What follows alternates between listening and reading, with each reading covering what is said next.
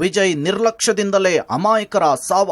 20,000 ಮಂದಿ ಸೇರಿದ ಜಾಗಕ್ಕೆ ಇಷ್ಟು ಸಣ್ಣ ಜಾಗನ? ಹೌದು, ಕರೂರು ಕಾಲ್ತುಳಿತದ ಬಳಿಕ ಘಟನೆಗೆ ಕಾರಣ ಏನು ಅನ್ನುವಂತಹ ಚರ್ಚೆಗಳು ಮುನ್ನೆಲೆಗೆ ಬರ್ತಿದೆ. ಟಿವಿಕೆ ಮುಖ್ಯಸ್ಥ ಹಾಗೂ ನಟ ವಿಜಯ್ ನಿರ್ಲಕ್ಷ್ಯದಿಂದಲೇ ಈ ಘಟನೆ ನಡೆಯಿತು ಅನ್ನುವ ಮಾತುಗಳು ಕೇಳಿ ಬರ್ತಿದೆ. ರ್ಯಾಲಿಗೆ ವಿಜಯ್ ಸರಿಯಾದ ಸಮಯಕ್ಕೆ ಬಂದಿದ್ರೆ ಕಾಲ್ತುಳಿತ ನಡೀತಾ ಇರಲಿಲ್ಲ ಅನ್ನುವಂತಹ ಚರ್ಚೆ ಆಗ್ತಿದೆ. ಇಷ್ಟಕ್ಕೂ ನಿನ್ನೆ ವಿಜಯ್ ರ್ಯಾಲಿಯಲ್ಲಾಗಿದ್ದೇನು ಅನ್ನೋದನ್ನ ತೋರಿಸ್ತೀವಿ ನೋಡಿ.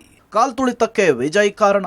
ಕರೂರು ರ್ಯಾಲಿಗೆ ತಡವಾಗಿ ಬಂದ ವಿಜಯ್ ಮಧ್ಯಾಹ್ನ 12 ಗಂಟೆಗೆ ಬರಬೇಕಿತ್ತು, ಬಂದಿದ್ದು ಸಂಜೆ 6 ಗಂಟೆಗೆ. 4 ಗಂಟೆ ತಡವಾಗಿ ಬಂದ ವಿಜಯ್ ತಡವಾಗಿ ಬಂದಿದ್ರಿಂದ ಜನದಟ್ಟಣೆ ಹೆಚ್ಚು. ವಿಜಯ್ ಬರೋ ಹೊತ್ತಿಗೆ ಸೇರಿದಂತಹ ಸಾವಿರಾರು ಜನ. ವಿಜಯ್ ಬರುವ ಹೊತ್ತಿಗೆ ವಿದ್ಯುತ್ ಕಟ್ ಆಗಿತ್ತು. ಸುಮಾರು ಹೊತ್ತು ಕರೆಂಟ್ ಇರಲಿಲ್ಲ.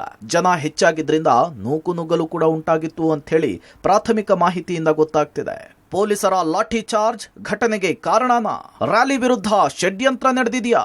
ವಿಜಯ್ ರ್ಯಾಲಿಯಲ್ಲಿ ಕಲ್ಲು ತೂರಾಟ ಕೂಡ ಆಯ್ತಾ? ಇನ್ನು ಕರೂರು ರ್ಯಾಲಿಯಲ್ಲಿ ಕಾಲ್ತುಳಿತವಾಗಲು ಪೊಲೀಸರು ಲಾಠಿ ಚಾರ್ಜ್ ಮಾಡಿದ್ದೇ ಕಾರಣ ಅಂತೇಳಿ ಟಿವಿಕೆ ಪಕ್ಷ ಆರೋಪ ಮಾಡಿದೆ. ರ್ಯಾಲಿಯಲ್ಲಿ ನೂಕುನುಗ್ಗಲಾಗಿದ್ರಿಂದ ಪೊಲೀಸರು ಲಾಠಿ ಚಾರ್ಜ್ಗೆ ಮುಂದಾಗಿದ್ದಾರೆ. ಈ ವೇಳೆ ಕಾಲ್ತುಳಿತದಲ್ಲಿ ಸಾವು ನೋವಾಗಿದೆ ಅಂತೇಳಿ ಟಿವಿಕೆ ಪಕ್ಷ ದೂರಿದೆ. ರ್ಯಾಲಿಯಲ್ಲಿ ರಾಜಕೀಯ ಪಿತೂರಿ ನಡೆದಿದ್ದು ಚಪ್ಪಲಿ ಕಲ್ಲು ತೂರಾಟವನ್ನು ನಡೆಸಲಾಗಿದೆ. ಇಡೀ ಘಟನೆಯ ಬಗ್ಗೆ ನಿವೃತ್ತ ನ್ಯಾಯಮೂರ್ತಿಗಳಿಂದ ಇನ್ವೆಸ್ಟಿಗೇಷನ್ ಆಗಬೇಕು ಅಂತೇಳಿ ಮದ್ರಾಸ್ ಕೋರ್ಟ್ಗೆ ಅರ್ಜಿ ಸಲ್ಲಿಕೆಯಾಗಿದೆ. ಕಾಲ್ತುಳಿತದ ಬಳಿಕ ಮನೆ ಸೇರಿದ ವಿಜಯ್. ಟಿವಿಕೆ ಪಾರ್ಟಿ ವಿರುದ್ಧ ಎಫ್ಐಆರ್. ನಟ ವಿಜಯ್ ದಳಪತಿ ಅರೆಸ್ಟ್ ಆಗ್ತಾರ?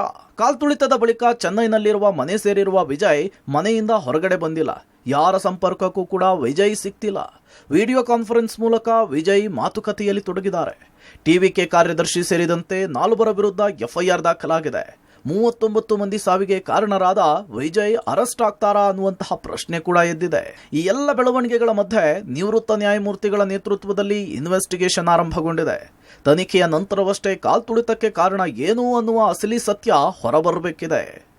Public TV, Karur, Tamil Nadu.